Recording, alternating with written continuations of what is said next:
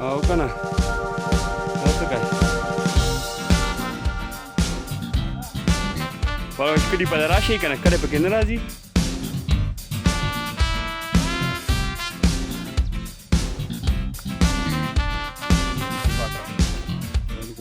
جړو بوټو چې کومه هر قسمت ولې دا خلک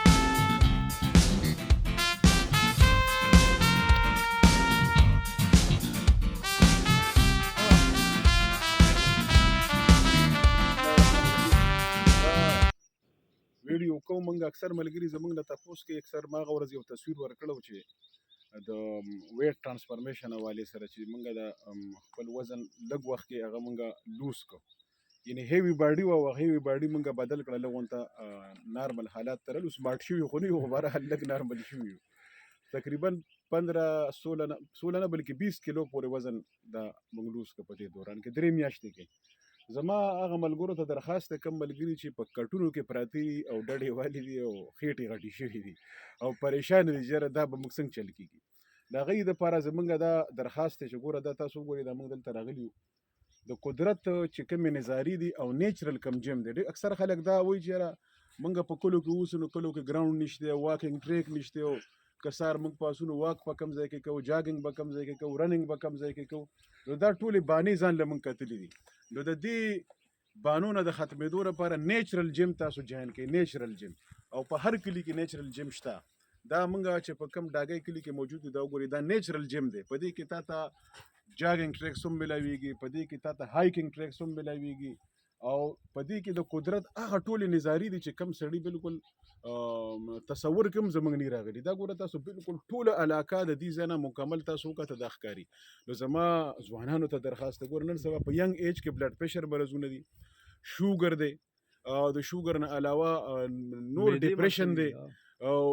خلک بلکې ډیر مشران پکې په ناسوارو په سیګریټو په نشو او ځوانان پکې په آیسو په چرسو په دیره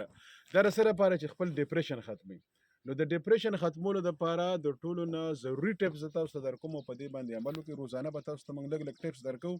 نن لومبه ټیپس دار چې سبا له به دویم ټیپس تاسو ته درکوم چې نن په دې باندې عمل شروع کړئ او هغه دار چې سحر موز له به پاسئ او موس پسې به سب دستی په خپل علاقه کې چې تاسو هر طرف خوښ کو په هغه اړه باندې کم از کم 2 غنټو پورې دا ګرځي نو چې 2 غنټې تاسو وګرځئ ان شاء الله او هلکه واک منډم نه او رشید صاحب زیات ځان ستړی کول نه خو هلکه واک باندې په کنټینیوس نو لومبه ورځ باندې به غر ته نه راخیږي په دویمه نه لس ورځې به دا غر ته نه راخیږي نه لس ورځې به تاسو په هواره علاقه کې خپل واکینګ وکړئ بیا به په خپل ان شاء الله تاسو ردی قابل شئ چې غر ته به راخیږي دا ګوري دا زمونږ د کلی د ټولو نه ټاپ دغه داسې تقریبا د ځمکې نه د ګراوند نه 3.5 کیلومتر بره دی دغه باندې اوس موږ ته تقریبا 1 کیلومتر لار به پاتې دا موږ را رسیدلی نو لهذا دا مو درخواست د نور ځوانانو را لدی غر ته راوختلو درخواست مو دار چې واکینګ سحر د موز نه بعد مونږ کول او د سار د موز نه بعد واک کولو او بیا چې کوم دینو خپل ډایټ پلان هغه به تاسو سره شیر کوم چې ډایټ په بیا تاسو څه کوئ هغه به ان شاء الله سبا له تاسو ته مو وایو ډیره مننه دا موږ سره رشید صاحب دی نن سهیل صاحب دی شاجیان دی هغه د بل حافظ صاحب موږ سره راغی ځوانان ډیر راوتی دي خو چې کم ځوانان ودی په کار چې را پاسې ډیره مهرباني